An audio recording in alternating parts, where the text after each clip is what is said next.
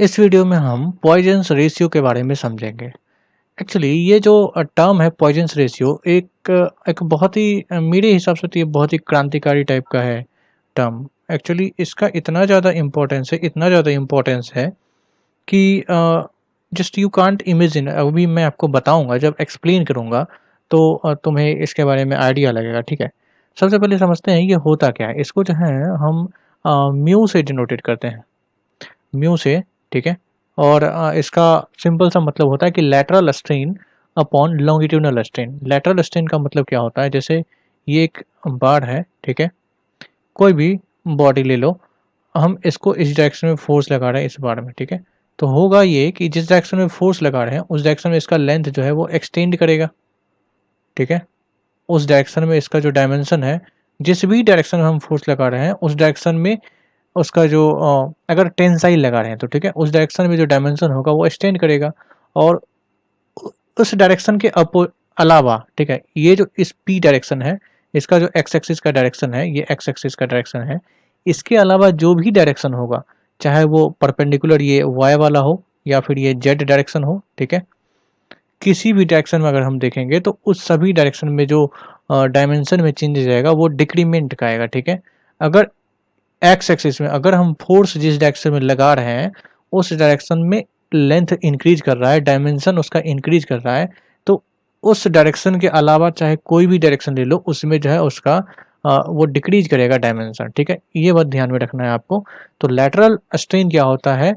ये परपेंडिकुलर वाला, मतलब जिधर डायमेंशन डिक्रीज कर रहा है, जिस डायरेक्शन में फोर्स नहीं लग रहा है उसके अलावा जो भी डायरेक्शन है वहाँ का आपका स्ट्रेन लेना है, ठीक है?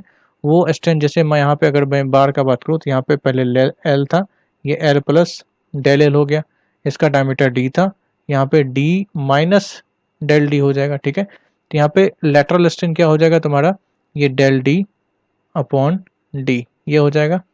और लॉन्गिट्यूडिनल स्ट्रेन क्या हो जाएगा? डेल एल अपॉन एल हो जाएगा। अब चूंकि यहाँ पे देखो टेंसाइल के केस में तो लेंथ इंक्रीज करता है, ठीक है, बट यहाँ पे डेल डी अपॉन टी, यहाँ पे डायमीटर जो है वो डिक्रीज कर रहा है, बट हमें ये पता कैसे चलेगा कि डिक्रीज कर रहा है? तो यहाँ पे माइनस हमें लगाना पड़ेगा, ठीक है? तो ये होता है तुम्हारा Poisson's ratio, E T lateral strain upon E L longitudinal strain, ठीक है? अब इसका जो है थियोरेटिकल कोई लिमिटेशन होता है, एक थियोरेटिकली बोलते हैं इसको, म्यू का वैल्यू जो है -1 से लेके 0.5 के बीच में वैरी करता है, -1 से लेके 0.5 के बीच में वैरी करता है, ठीक है? बट यहाँ पे जो प्रैक्टिकली हम देखते हैं, प्रैक्टिकली इसका वैल्यू म्यू से लेके 0.5 के बीच में, ये है तुम्हारा थियोरेटिकली और यह है प्रैक्टिकली,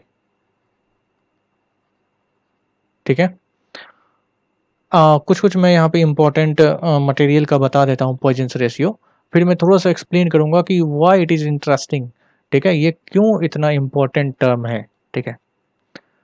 कुछ जैसे कि यहाँ पे देखो -1 किसका होता है? तो एक नेवल फॉर्म होता है, एक्सेप्शनल केस है ये, नेवल फॉर्म जिसका -1 होता है।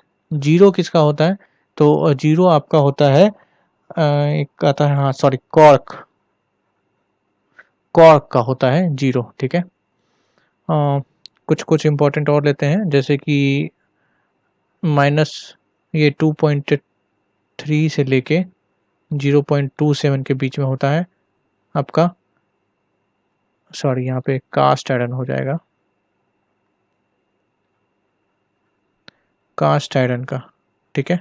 और 0.25 से लेके 0.3 के बीच में, अराउंड 3 ले लो, इसके आसपास होता है तुम्हारा स्टील का, स्टील का, ठीक है? और किसका होता है? हाँ, ये कंक्रीट का है 0.2, ठीक है, कंक्रीट का। तो होप ये यहाँ तक समझ में आया होगा। अब देखो ये इम्पोर्टेंट क्यों है? एक्चुअली जब हम स्टडी करते हैं तो इलास्टिक प्रॉपर्टी जो है, जैसे हम ई पता है और हमें जी पता है, ठीक है? अगर दो इलास्टिक प्रॉपर्टी हमें पता चल गया तो हम बाकी का के और म्यू रिलेशन से पता कर सकते हैं, इलास्टिक रिलेशन से, ठीक है? जो भी इसका होता है। अब अगर आपको म्यू पता चल गया, इसका मतलब ये है कि आप फोर्स सिर्फ एक डायरेक्शन में लगा रहे हैं, ठीक है। आप जैसे यहाँ पे फोर्स सिर्फ इस डायरेक्शन में लगा रहे हो, बट आप इस म्यू के हेल्प से अदर दो डायरेक्शन में, अदर कोई भी डायरेक्शन में इस फोर्स के डायरेक्शन के अलावा आप किसी भी डायरेक्शन का डिफ्लेक्शन पता कर सकते हो। डिफ्लेक्शन डायरेक्टली इसका यूज करके पता कर सकते हो, ठीक है। अगर आपको पता है तो, अगर ये म्यू का वैल्यू, पॉइजन्स रेशियो का वैल्यू आपको पता है, तो बाकी किसी भी डायरेक्शन में, चाहे तो आप वाई डायरेक्शन में, ठीक है, या तो फिर आप जेड डायरेक्शन में, mu equal to minus E Y upon E X, कहीं पे ये भी लिखा रहता है, या तो फिर E Y, sorry E Z upon E X, ये भी लिखा रहता है, ठीक है। तो समझ रहे हो, अगर तुम्हें एक्स एक्सिस का डिफॉर्मेशन पता है तो तुम चाहे तो वाई एक्सिस का डिफॉर्मेशन निकाल सकते हो इसके हेल्प से, जेड एक्सिस का निकाल सकते हो इसके हेल्प से, ठीक है। तो ये है इसका क्या यूजेज, प्रैक्टिकल यूजेज जो है इसका यही है, प्रैक्टिकल यूजेज। हम एक साइड का डिफॉर्मेशन पता करते हैं और दूसरे साइड का डिफॉर्मेशन पता करने के लिए हमें कोई एक्सपेरिमेंट या कोई इंस्ट्रूमेंट का यूज नहीं करना है, डायरेक्टली हम उसका पॉइजन्स रेशियो का यूज करके हम और उसके दूसरे डायरेक्शन का पता कर लेते हैं, जो भी हमें पता करना हो। स्ट्रेन हो गया, डिफॉर्मेशन पता करना हो, डिफॉर्मेशन पता चल गया तो तुम स्ट्रेस पता कर सकते हो, एवरीथिंग तुम पता कर सकते हो, ठीक है। अब यहाँ पे देखो इंटरेस्टिंग, ये दो जो है थोड़ा इंटरेस्टिंग है, इसका मतलब ही थोड़ा सा समझते क्या है। जैसे देखो यहाँ पे 0.23 है, 0.23, इसका मतलब देखो यहाँ पे क्या आता है, 0.23 इक्वल टू, यहाँ पे मैं रखता हूँ सबसे पहले, ये लॉन्गिट्यूडनल स्ट्रेन जो है मान लेते हैं यहाँ पे 1 मीटर है, और ये वाला जो है हमें स्ट्रेन नहीं पता है, ईटी। यहाँ पे देखो ये ईटी क्या हो जाएगा तुम्हारा 1 इंटू 0.23, इसका मतलब ये आ गया तुम्हारा 0.23, ठीक है।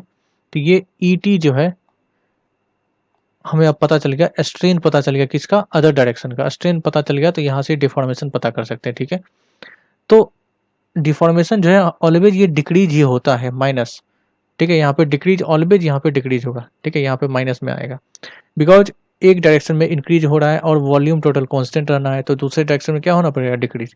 बट नेवल फॉर्म देखो ये टोटली मैजिकल है, इसमें ये बोल रहा है इसका -1 है, इसका सिग्निफिकेंस क्या है -1 का, इसका सिग्निफिकेंस ये है कि म्यू का वैल्यू जब यहाँ पे -1 रखोगे, यहाँ पे -1, तो ये और ये दोनों कैंसिल हो जाएगा, तो यहाँ पे दोनों पॉजिटिव, मतलब ये है कि अगर तुम एक्स एक्सिस में इंक्रीज करोगे तो वाई एक्सिस में भी इंक्रीज करेगा डायमेंशन, ऐसा हो जाता है नेबल फॉर्म के केस में।